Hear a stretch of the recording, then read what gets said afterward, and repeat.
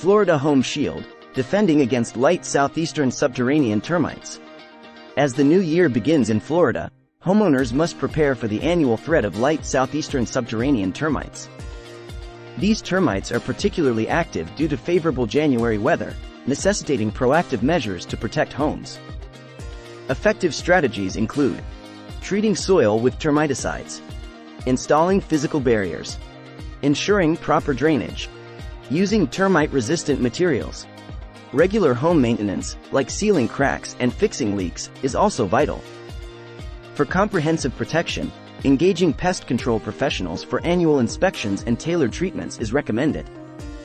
These combined efforts can significantly reduce the risk of termite infestation and safeguard property integrity.